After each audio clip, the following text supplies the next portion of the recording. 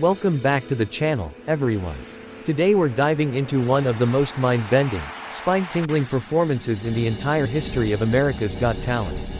This is the story of a magician who didn't just perform tricks. He didn't just show illusions.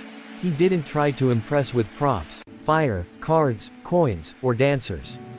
Instead, he walked onto that massive AGT stage with nothing more than absolute confidence and the strange ability to get inside people's minds. And the people whose minds he hacked. None other than the AGT judges themselves. Simon Cowell, Howie Mandel, Heidi Klum, and Sofia Vergara. What happened on that stage left the judges questioning everything they thought they knew about magic, perception, and reality itself.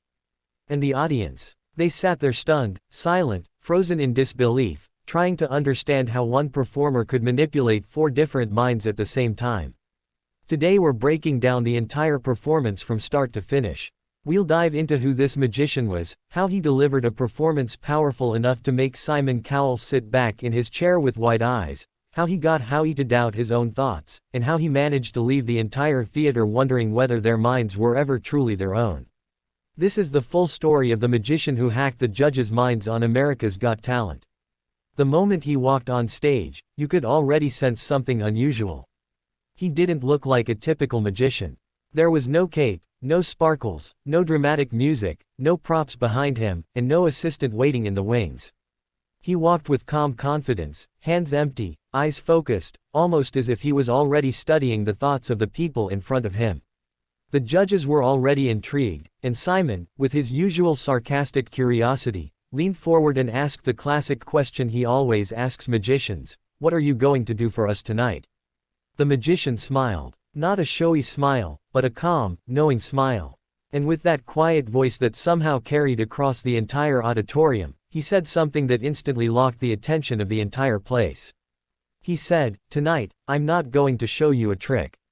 I'm going to show you what your own minds are capable of. And I'm going to use your thoughts to create the performance." That was the moment the energy shifted. You could feel the entire crowd lean in, waiting. Howie Mandel suddenly looked both nervous and excited. Heidi Klum turned to Sofia as if to say, "Okay, this is about to get interesting." And Simon simply raised his eyebrows the way he always does when something is either about to impress him or annoy him. But the magician wasn't bothered by any of it.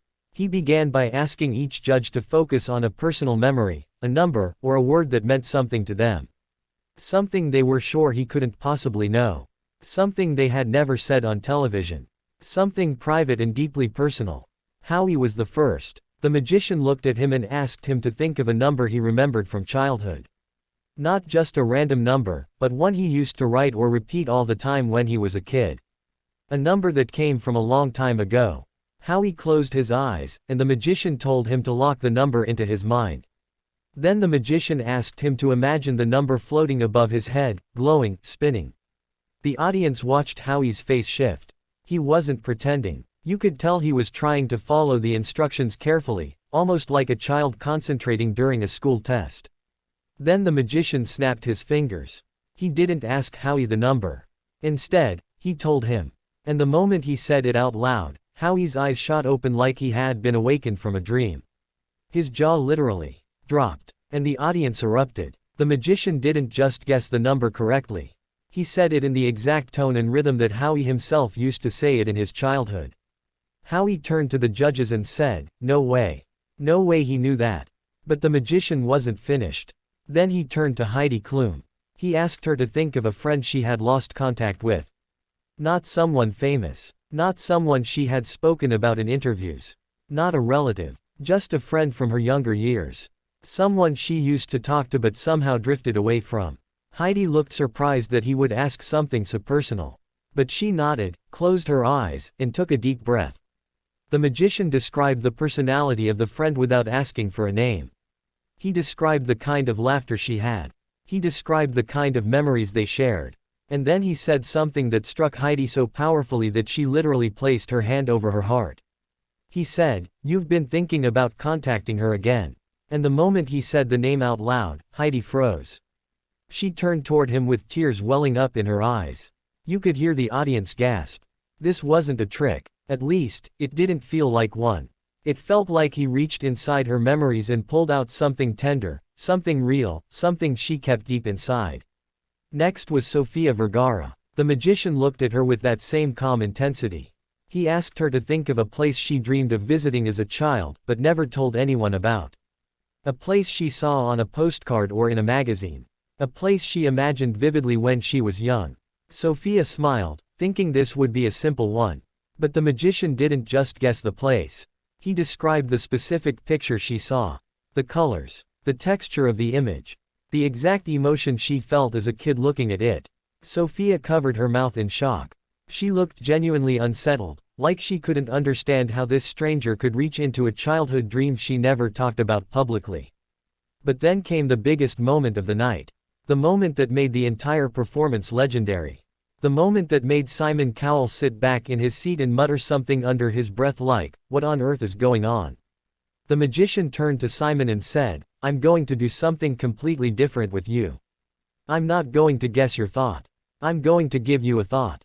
Then he asked Simon to clear his mind. A hilarious request, considering Simon's mind is always racing with judgments, opinions, and critiques.